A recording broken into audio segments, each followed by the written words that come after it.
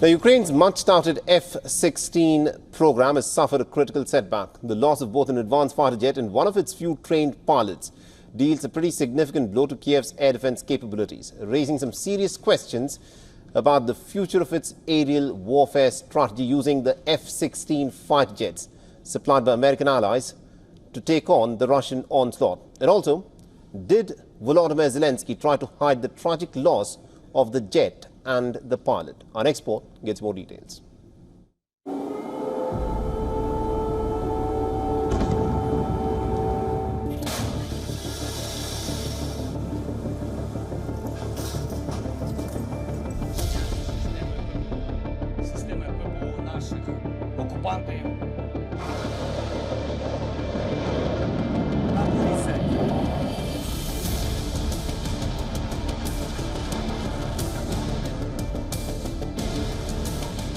Russia on Monday launched a large-scale assault on Ukraine, firing over 100 missiles and nearly as many drones. Half of Ukraine was under attack. Fending off the biggest Russian forces' aerial assault, Ukrainian air defense systems were stretched to their maximum. It now appears that the events took a stunning turn that day. A Ukrainian F-16 fighter jet crashed, killing its pilot during a mission to fend off the Russian missile barrage. The tragic event marks the first reported destruction of an F-16 in Ukraine, a mere weeks after the country received its initial batch of advanced fighters. The timing couldn't be more critical, as Ukraine had only recently integrated 6 of these American-made aircraft into its defense arsenal, with a limited number of pilots trained to operate them. Interestingly, on Tuesday, a day after the tragedy, President Zelensky publicly praised the Ukrainian Air Force for using the F-16s to destroy Russian missiles and drones, but did not mention the fatal crash. You said about F-16, there is a very good result, very good.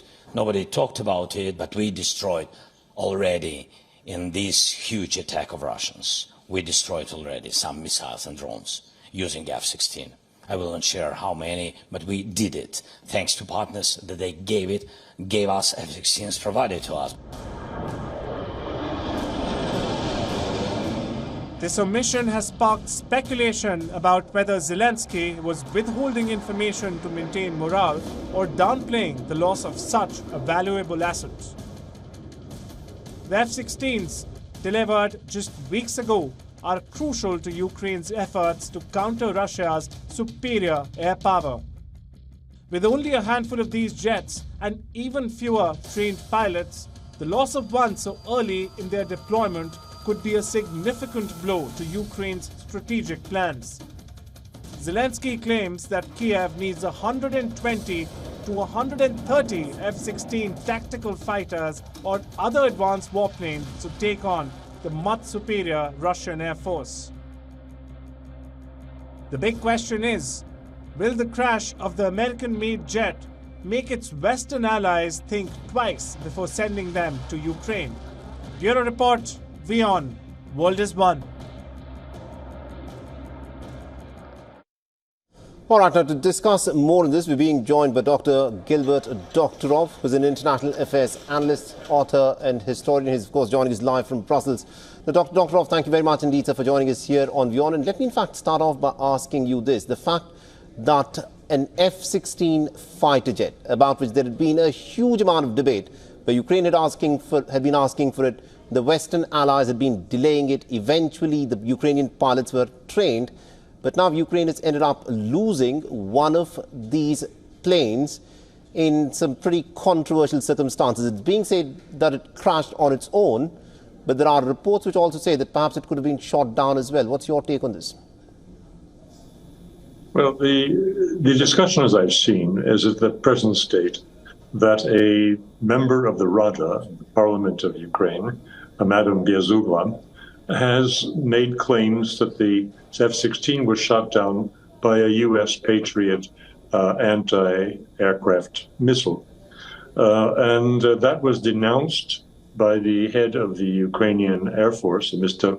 Aleshuk, who said that she might be brought to justice for making these claims that besmirch the honor of the Ukrainian Air Force. That is, to my knowledge, the latest state of play. Of course, the interesting thing here is that if indeed it was friendly fire, and I can say that the Ukrainians unanimously are denying that it was hostile fire that brought down the plane, if it was friendly fire, that is very perplexing, because to the information I've received, so much of the battlefield activity, operations, is being directed by the United States remotely and partly in place, and that the United States has its superior command and control infrastructure operating what is going on in Ukraine. Therefore, that a Patriot missile would intercept a Ukrainian F-16 shows, if it happens, a real breakdown in that system. I think that's an important point that you brought up. And also the fact that the Russians have been very quiet about this. The fact that F-16 fighter jet, the news of this came much later, almost 3 days since the incident happened, and it came via a report in the Wall Street Journal. Why do you think the Russians have been silent about an F-16 fighter jet going down? Well, by their silence, they allow one to suppose that they were responsible for bringing it down, which is very much in their interests, since Mr. Belosov, the Minister of Defense, and others in the Russian government have said that they would eliminate, liquidate the F-16s within a few weeks. So if one went down within the first week of this operation, that's already 17% of the Ukrainian F-16 Air Force that's just been knocked out. And so the Russians can be coy. They can just sit back and let the Ukrainians bicker among themselves. All right. And my final quick question to you is this. What do you think will happen to this strategy where Ukraine had been asking for F-16 fighter jets? Will the Western nations now be willing to send more F-16 fighter jets to Ukraine? Well, they probably will. The issue is not the F-16s as such. They're very nice flying machines. The question is, what are they equipped with?